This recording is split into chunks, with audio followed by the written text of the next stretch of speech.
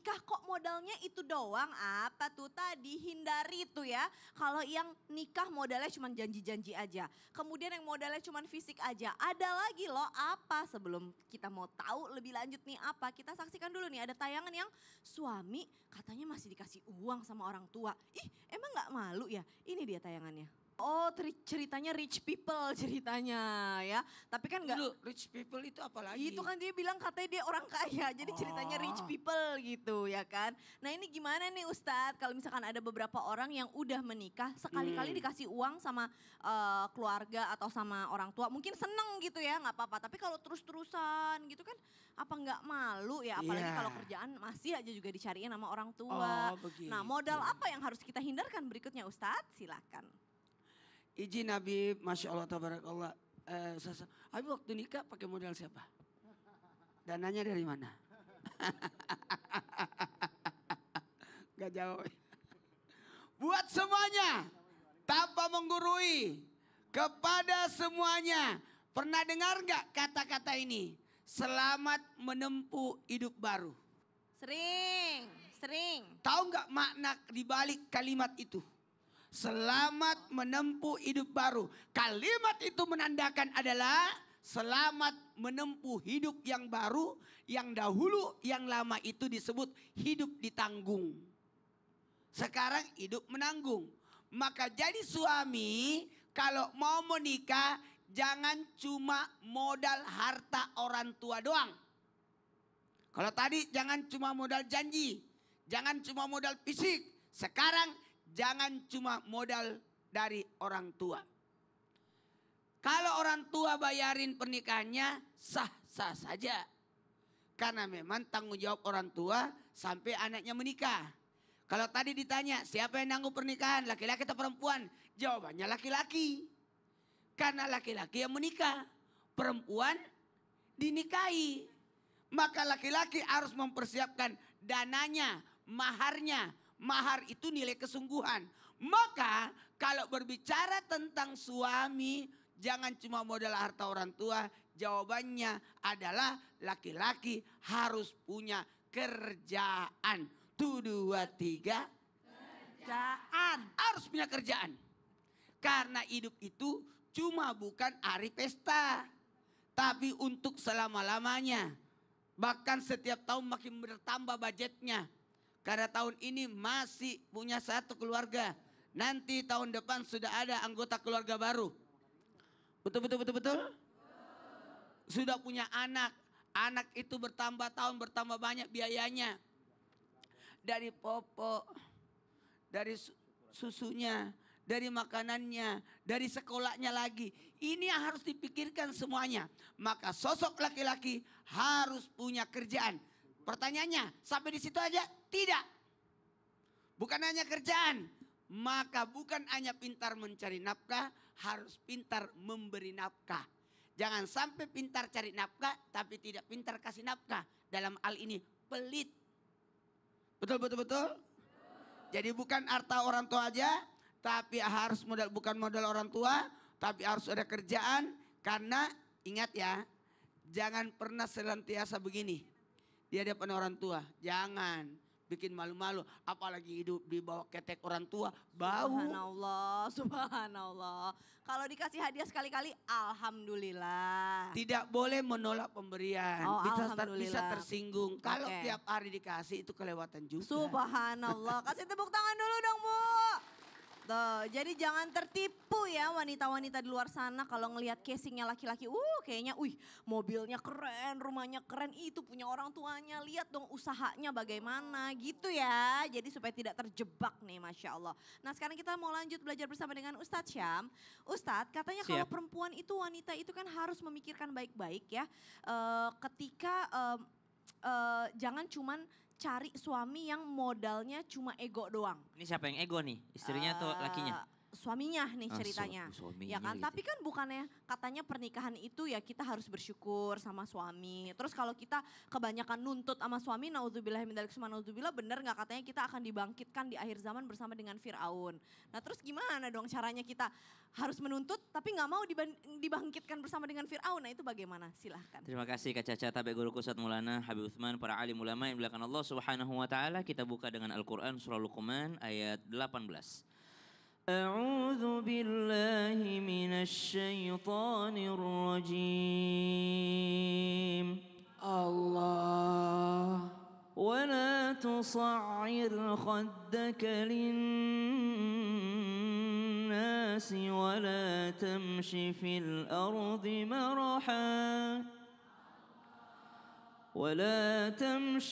الأرض مرحا إن الله لا يحب كل مختال فخور.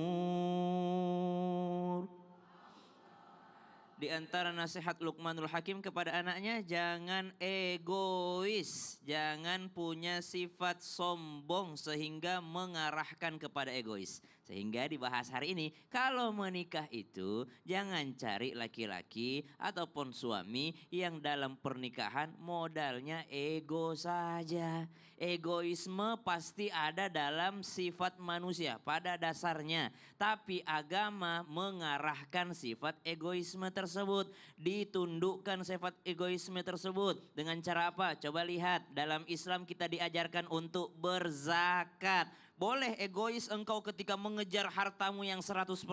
Tapi setelah terkumpul 1 tahun, dari 100% hartamu ada 2,5%-nya untuk zakat. Itu untuk menekan sifat egois, subhanallah. Boleh engkau bekerja mencari dengan egois, kau mencari daripada 100% setiap bulan. Tapi ingat, di antara hartamu tersebut ada nafkah untuk istri dan anak-anakmu. Subhanallah. Maka Islam mengajarkan zakat, Islam mengajarkan sedekah, yang mana sedekah ini adalah pemicu kebahagiaan. Lan tanalul birra hatta tunfiqu mimma tuhibbun. Engkau tidak akan pernah mencapai pulau kebahagiaan sebelum engkau menginfakkan apa yang engkau cintai. Menekan sifat egoisme. Belum lagi sifat egoisme dalam hal yang lain. Coba lihat sifat orang yang bertakwa. Wal kadhiminal ghaidh. Ada marah dalam hatinya, tapi dia tekan sifat marahnya itu. Dia tahan marahnya, berarti dia sedang menekan sifat egoismenya. Subhanallah. Maka coba lihat Nabi Adam alaihissalam, dia keluar daripada surga bukan karena keegoisannya sendiri, tapi pada saat itu sedang digoda oleh iblis, sedang digoda oleh syaitan. Maka diajarkan untuk menekannya dengan cara apa? Dengan cara banyak untuk belajar agama. Tadi pertanyaannya, boleh nuntut suami enggak? Dalam Islam bukan menuntut, tapi saling ta'awanu 'alal birri wat taqwa, saling tolong menolong dalam kebaikan dan ketakwaan, tawasau bil haqqi wa tawasau bis sabr, saling berwasiat atas kebaikan, kebenaran dan kesabaran. Jadi bukan nuntut, tapi saling mengingatkan. Saling mengingatkan. Baik, jazakallah Sama-sama Kak khair. Caca. Kasih tepuk tangan dulu dong, Bu.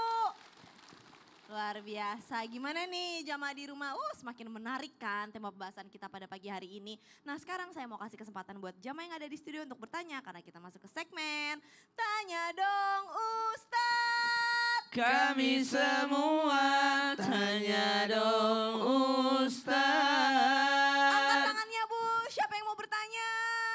Oke boleh deh yang di sebelah sini dulu. Silahkan Ibu. Boleh berdiri, boleh ke tengah-tengah. Yang mana? Hah? Apa? Siapa yang mau bertanya Ibu? Yuk, ayo. Yuk. Kenapa Ibu bingung? Sini. Ngadep depan sini Ibu. Oke, yuk Ibu mau nanya apa? Ibu mau kemana? Sini. Di sini aja Tengah-tengah. Langsung Bu. Ya tenang, tarik napas. Mau nanya Bertanya. apa Ibu? Assalamualaikum Ustadz. Waalaikumsalam warahmatullahi wabarakatuh. Betul. Benar gak sih kalau di dalam... Perkenalkan nama dulu. Ngadep Ngadep ke depan sini depan. kameranya di sini Ibu sayang. Ya. Assalamualaukum warahmatullahi wabarakatuh. Nama Waalaikumsalam saya warahmatullahi Aisutiana. Saya dari MTM Parakan Salak, Sukabumi. Oke. Tepuk tangan dulu. Oke, mau nanya apa? Silakan. Mau nanya kepada siapa? Ustadz Eka Habib. Habib, oke. Baik, Boleh. Silakan. Assalamualaikum Habib. Waalaikumsalam warahmatullahi wabarakatuh. Benar gak sih kalau di dalam pernikahan itu harus bermodalkan rasa saling percaya antara suami dan istri? Tidak ada rahasia di antara suami dan istri. Tapi kenapa? Pada kenyataannya banyak suami yang menutup-nutupi dari istri. Misalkan dia tidak memberi nomor password HP-nya, tidak memberi nomor ATM-nya. Itu bagaimana Ustadz? Katanya harus saling percaya. Oke baik, terima kasih Ibu. Sambil dijawab sama Habib, Ibu boleh silakan kembali ke tempat duduk. Kasih tepuk tangan dulu dong. Habib boleh silakan langsung dijawab, Bib. Ya akhir Ustaz Maulana, Ustaz Syam, Caca. Bismillahirrahmanirrahim. Allahumma salli ala sayyidina Muhammad wa ala ali sayyidina Muhammad. Menikah itu modal utama salah satunya adalah modal kepercayaan. Ketika suami mempercayai istrinya, istri mempercayai suaminya, dan tentunya istri itu harus percaya bahwa suami yang dia pilih adalah yang diridhoi oleh Allah Subhanahu wa taala. Dan tentunya apakah harus saat menikah suami kasih kepercayaan tadi itu ATM-nya dikasih nomornya, terus password WhatsApp-nya dikasih atau password apanya lagi dikasih? Media sosialnya dan lain sebagainya dikasih. Inilah an-nikahu barakah wa isarahu ma'anah. Nikah itu penuh dengan keberkahan. Berharap sakinah, mawaddah warahmah, cinta, kasih sayang dan di dalamnya ketenangan. Sakinah di sini berharap ketenangan adalah mempercayai. Saya kalau kemanapun pergi, saya share live location sama istri saya. Jadi kemanapun saya pergi, istri saya bisa lihat, oh suaminya ada di sini. Walaupun saya kemana-mana juga banyak yang videoin juga kalau di acara. Prinsipnya adalah apa? Kasih kepercayaan sama istrinya. Boleh gak ATM-nya kasih passwordnya ataupun PIN-nya? Boleh, gak jadi masalah. Password media sosialnya ataupun WhatsApp-nya boleh gak dikasih? Boleh, gak jadi masalah. Karena apa? Karena berharap akan kebaikan, ketenangan dalam rumah tangganya. Kalau misalkan salah satu diantaranya mempunyai satu niatan yang buruk, pasti mengumpetin atau menyembunyikan. Tapi kalau dia niatnya baik, gak ada masalah, gak jadi masalah. Geletakin handphone dimanapun gak ada rasa takut. Karena apa? Karena gak ada masalah. Tetapi ketika dia memiliki masalah, meletakkan handphone atau ketinggalan handphonenya di tempat tidur, dia lagi di kamar mandi, balik lagi ambil handphone karena takut dibuka sama istrinya. Mananya apa? Ketika seseorang memiliki satu kejujuran dan berharap akan ridhonya Allah Subhanahu wa taala, pernikahannya berkah, maka tidak ada dusta di antara kita. Hikmah hari ini adalah jangan hianati kepercayaan istrimu. Karena istrimu telah percayakan semuanya kepadamu, mengabdikan dirinya kepada engkau, maka hormatilah dan muliakanlah istrimu sehingga Allah dan Rasulnya ridho kepadamu. Subhanallah, kasih tepuk tangan dulu dong Bu. Luar biasa tentang kepercayaan nih ya, jangan sampai melukai hati istri. Karena kalau ngelukain hati istri bisa-bisa naudzubillah min dzalik rezeki jadi seret ya Bib ya, bener gak sih Bib?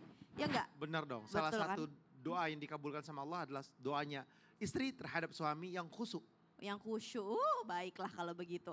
Nah jamaah, ini udah kangen banget, udah lama gak diceritain sama Ustadz Maulana. Langsung aja yuk kita masuk ke segmen Ustadz Bercerita. Ternyata modal menikah itu jangan cuma modal dari fisik, janji, orang tua, dan sebagainya. Ternyata ada modal, jangan cuma bermodalkan kemauan orang tua saja. Menikah itu adalah ibadah seumur hidup.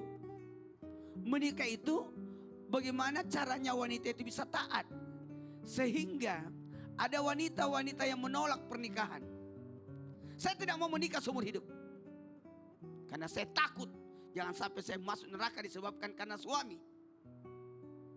Aku tidak bisa menikahi dia, aku tolak dia. Aku tidak bisa taat, kenapa aku tidak bisa taat sama dia?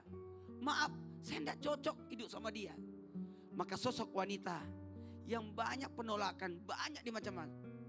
Maaf, ada kisah yang sangat menarik. Yakni kisah seorang wanita yang namanya Kanza bin Katsam. Kanza adalah sosok wanita Ansor yang mana datang mengadu kepada Rasulullah sallallahu alaihi wasallam. Ya Rasulullah, ya Rasulullah, saya tolak pernikahan, saya tidak mau, saya tolak. Kata Nabi, kau tolak pernikahan apa? Aku dijodohkan sama orang tuaku. Kata Nabi, menikahlah. Menikahlah. Tapi aku punya calon. Abu Lubabah. Dia jatuh cinta kepada Abu Lubabah. Sementara ayahnya punya pilihan sendiri. Maka kata Nabi, menikahlah sesuai pilihanmu. Ada dua di sini yang timbul. Satu, pilihan orang tua. Dua, pilihan sendiri. Kalau seorang wanita tidak punya pilihan, secara otomatis mentaati orang tuanya. Karena yakinlah, orang tua tidak mungkin menjerumuskan anaknya. Tapi kalau engkau tidak suka, maka bisa mengajukan untuk penolakan. Diamnya seorang wanita adalah sama dengan ianya. Tapi ucapan penolakan dari seorang wanita berarti dia betul-betul tidak suka. Artinya pernikahan itu bukan modal dijodohkan saja.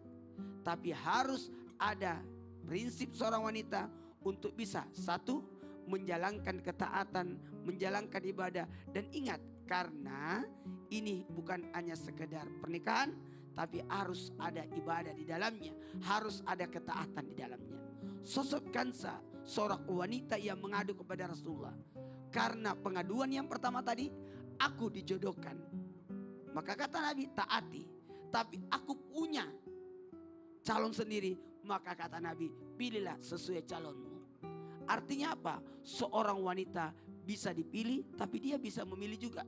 Seorang wanita bisa menolak daripada dia hidup dalam kesulitan, kesedihan, tidak bahagia. Karena rumah tangga harus hidup bahagia. Ingat, jalani rumah tangga ini dengan sakinah, ketenangan. Tapi harus jalani dengan dua. Ketenangan bisa diraih dengan mawaddah warahmah. Model apa lagi ya? Kalau kita mau menikah, mau tahu? Makanya jangan kemana-mana, tetap di Islam Kinda. Nikah kok modal itu doang setelah yang satu ini. Jamaah-jamaah, alhamdulillah.